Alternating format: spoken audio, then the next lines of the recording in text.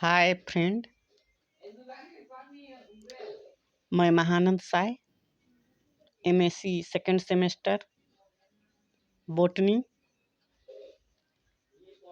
My seminar topic plant tissue culture. Plant tissue culture के अंतर्गत हम देखने वाले हैं introduction, important term of tissue culture,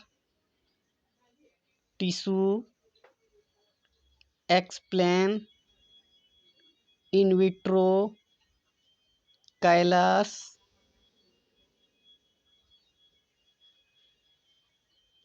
culture medium, totipotency, rhizogenesis, callogenesis, conclusion, reference.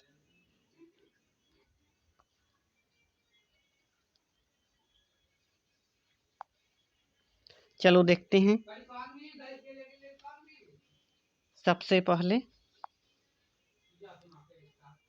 Introduction.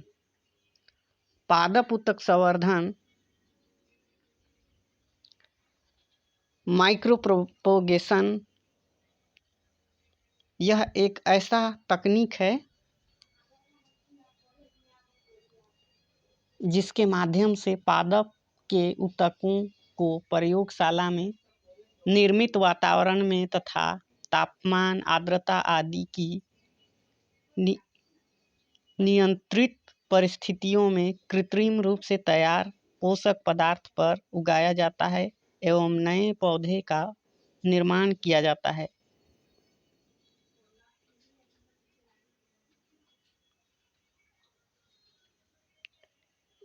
Important term of tissue culture, इसके अंतर्गत हम देखेंगे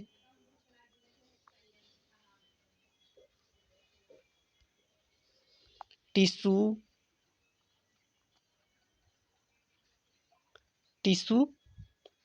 किसी जीव के शरीर का कोशिका के ऐसे समूह को ऊतक या टिश्यू कहा जाता है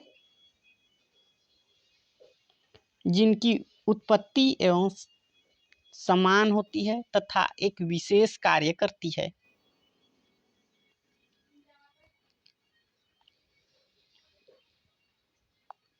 कर्तोतक या एक्सप्लांट। कर्तोतक या एक्सप्लांट पादप का वह भाग है जिसे ऊतक संवर्धन हेतु अलग किया जाता है एवं कृत्रिम पोषक पदार्थों पर संवर्धित कर नए पादप का निर्माण किया जाता है।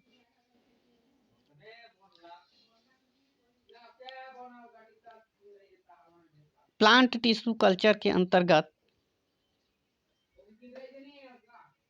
पात्रे संवर्धन या इन विट्रो किसी भी अभिक्रिया में परीक्षण नलिका या टेस्ट ट्यूब का प्रयोग विधि को पात्रे विधि भी कहा जाता है।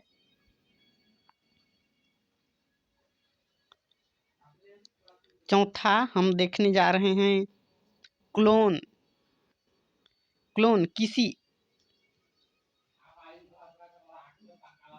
किसी भी एक पादप से प्राप्त किया गया वह नया पादप जो आनुवांशिकी रूप से 100% मातृ पादप के समान होता है एवं जिसका उद्गम निषेचक जनन द्वारा नहीं होता, बिना निषेचन के होता है, उसे क्लोन कहा जाता है।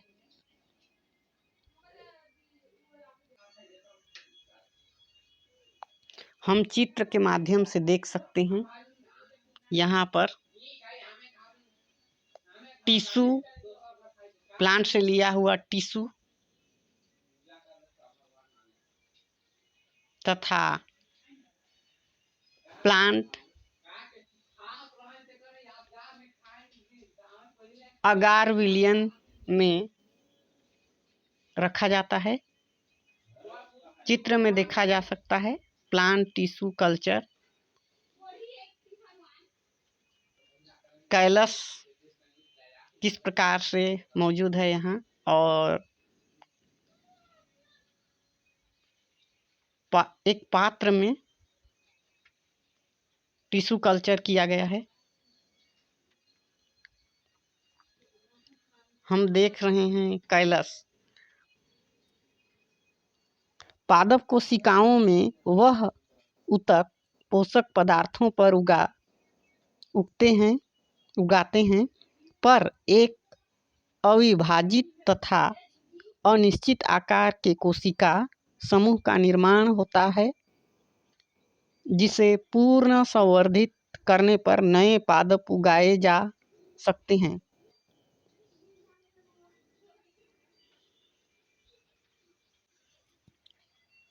अगला हम देखने वाले हैं पोषक पदार्थ, यानी कि कल्चर मीडियम।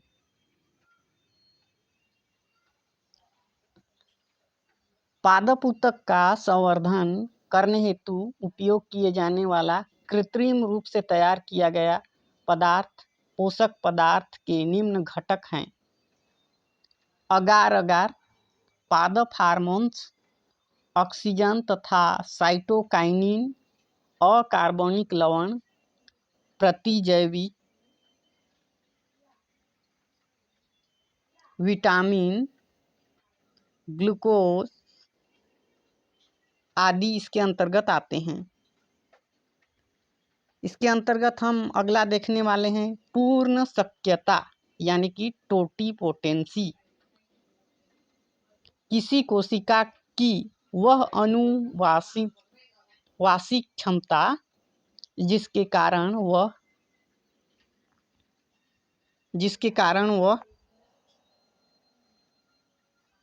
एक पूर्ण पादप के निर्माण में सक्षम होता है।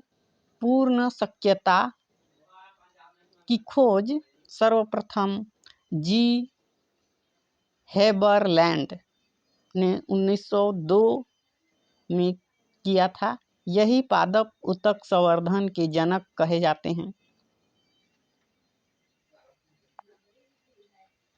अगला देखने वाले हैं हम राइजोजेनेसिस।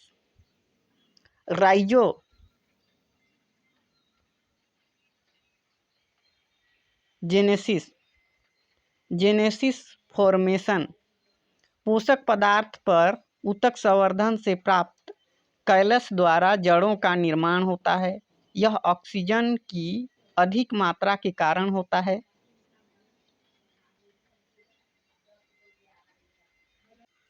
हम अगला देखने वाले हैं कैलोजेनेसिस।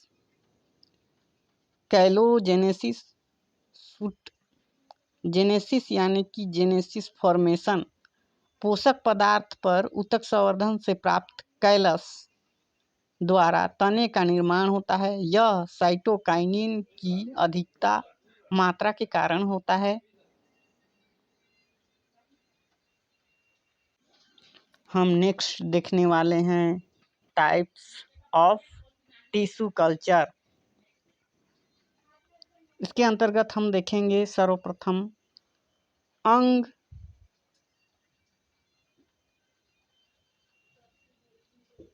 संवर्धन। पोषक पदार्थ पर संवर्धन हेतु पादप के किसी अंग का चयन किया जाता है, जैसे फ्लावर, रूट, स्टेम, लीफ आदि। दूसरा देखेंगे हम विभज्योतक संवर्धन। इस विभज्योतक या मेरिस्टेम कल्चर, इस तकनीक में पादप के शीर्ष भाग का संवर्धन किया जाता है। इस विधि द्वारा विषाणु ग्रसित पादपों से विषाणु मुक्त पौधे का निर्माण किया जाता है। कारण पौधे के सबसे ऊपरी भाग में संवर्धित ऊतक नहीं पाए जाते हैं। जिसे विषाणु का संक्रमण नहीं हो पाता है। इसमें इसी का उपयोग किया जाता है। भ्रूण संवर्धन, परिपक्व या अपरिपक्व भ्रूण का पादप से अलग करके कृत्रिम पोषक पदार्थ पर संवर्धित किया जाता है, जिससे नए पौधे का निर्माण होता है। भ्रूण बचाव, एम्ब्रायो रेस्क्यू, ऐसे बीज जिनका भ्रूण परिपक्व होने पर नष्ट हो जाता है। दूरस्थ संक्रमण, उनमें अपरिपक्व अवस्था में भ्रूण को अलग कर नए पादप का निर्माण करना, यह भ्रूण रेस्क्यू कहलाता है। इसमें बीज को सुरक्षित कर प्लांट टिश्यू कल्चर किया जा सकता है या प्लांट नए पौधे उगाया जा सकता है। इसके अंतर्गत हम आगे देखने वाले हैं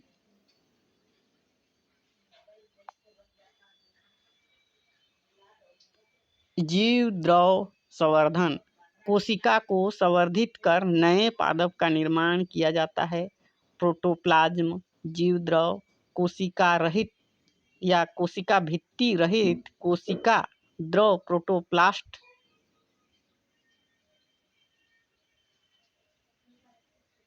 कहा जाता है। इसके अंतर्गत हम आगे देखने वाले हैं प्लांट टिश्यू के अंतर्गत और अगले देखने वाले हैं पराग संवर्धन, यानी कि पराग कणों को कृत्रिम पोषक पदार्थ पर संवर्धित कर नए पादप का निर्माण करते हैं। प्रथम पराग संवर्धन गुहा एवं माहेश्वरी ने सन 1966 में किया था। यह प्याज के पौधे के पराग कणों का उपयोग किया। इसके अंतर्गत आगे देखने जा रहे हैं उपयोग। पराग संवर्धन का उपयोग द्विगुणीय पौधे से अगुणीय पौधे बनाने में किया जाता है, जिसके कारण अगुणीय पौधे प्राप्त किए जाते हैं। Plant tissue culture and others type, कोशिका संवर्धन, कैलस संवर्धन, पराग कोश संवर्धन। निष्कर्ष या कंक्लूजन देखने वाले हैं। टिश्यू कल्चर में प्लांट के टिश्यू का उपयोग किया जाता है। टिश्यू के उपयोग द्वारा प्रयोगशाला में 100% मातृगुण वाले प्लांट तैयार किया जा सकता है। मेरी स्टेम कल्चर के माध्यम से रोगग्रस्त प्लांट से स्वस्थ पौधे का निर्माण संभव है। Reference agriculture and biotechnology. धन्यवाद फ्रेंड।